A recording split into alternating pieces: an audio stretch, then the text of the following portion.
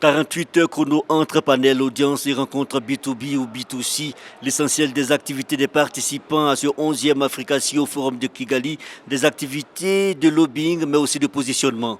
De la logistique en Afrique ne peut pas manquer un tel rendez-vous.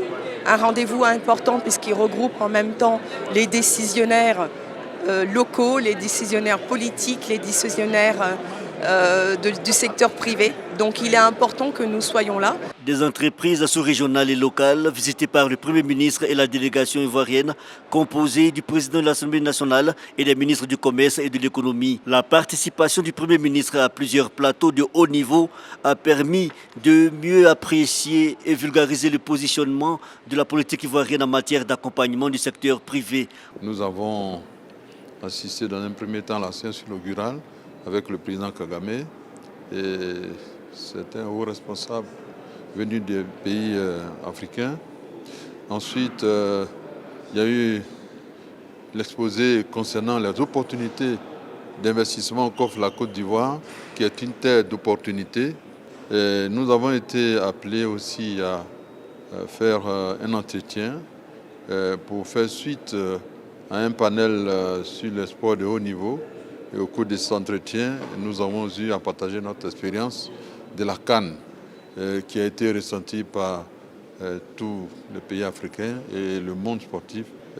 Nous avons ensuite participé à un panel de haut niveau regroupant les premiers ministres sur les différentes thématiques qui fondent notre économie. Et en fin de soirée, nous avons eu une rencontre avec notre homologue du Rwanda qui a souhaité que le rétablissement de nos relations soit renforcé et que le Rwanda et la Côte d'Ivoire puissent chacun tirer bénéfice de ce qu'il y a de mieux dans chacun des pays. La Côte d'Ivoire repart de Kigali avec de bons points et l'assurance d'un partenariat renouvelé avec la haute sphère de la finance mondiale.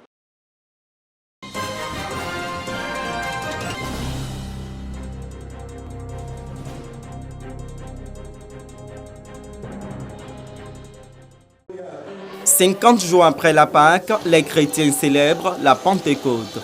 Moment de prière, d'adoration et de louange, les fidèles chrétiens dans les temples et paroisses sont à la recherche de la présence de l'Esprit Saint.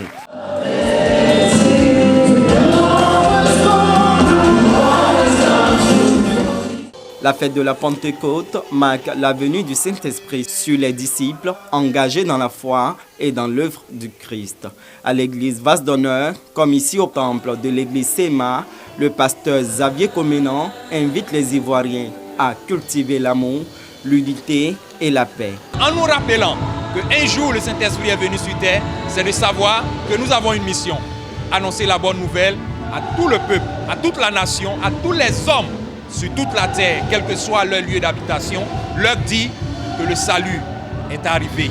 Et cela, il y a environ 2000 ans. Nous ne cessons de prier pour eux, nous ne cessons de prier pour la nation tout entière, pour que la paix règne. Paroisse Saint-Cécile, de Plateau-Vallon. Cette fête s'est traduite par une messe d'action de grâce. Le vicaire célébrant exhorte également les paroissiens à l'union dans la diversité et à garder la foi. Avec la Pentecôte, des gens qui étaient dispersés, qui parlaient différentes langues, on les entend proclamer les merveilles de Dieu dans nos différentes langues.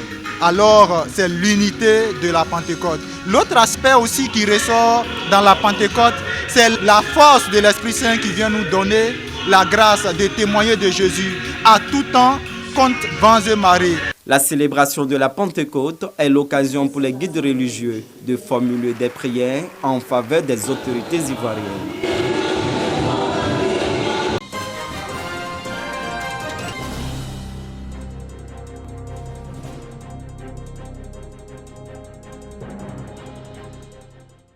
C'est une bouffée d'oxygène pour le programme Électricité pour tous et une bonne nouvelle pour les populations, notamment rurales, qui attendent toujours de sortir de l'obscurité.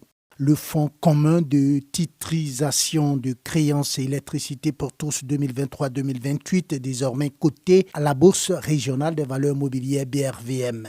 Et cela après l'émission de 6 millions d'obligations qui s'est déroulée du 30 octobre au 20 novembre 2023 avec succès. Ce programme a permis à 1 700 000 ménages d'avoir accès à l'électricité. Donc c'est un programme qui existe depuis 2014. Aujourd'hui, nous passons en titrisation parce que la demande sur le terrain est très forte. Et malheureusement, les moyens de l'État on ne peut pas tous les diriger sur ce programme. Donc il faut trouver d'autres sources de financement, il faut innover sans que ça ne soit sur le poids de l'État. Donc nous sommes venus en bourse chercher cet argent. Il y a eu 60 milliards qui ont été levés qui permettront d'exécuter 400 000 branchements. Et la phase 2, il y aura aussi 60 milliards qui vont être levés pour exécuter également 400 000 branchements. Donc l'ensemble du programme permettra d'exécuter 800 000 branchements. Donc il y aura 800 000 foyers qui auront accès à l'électricité à moindre coût. Les acteurs de l'écosystème du marché financier sous-régional ont bien accueilli cette opération. Les responsables de la Bourse régionale des valeurs mobilières BRVM se sont félicités d'accueillir un nouveau titre à la cote. La BRVM encourage les acteurs de l'économie sous-régionale à solliciter le marché financier pour financer les projets structurants de leur économie.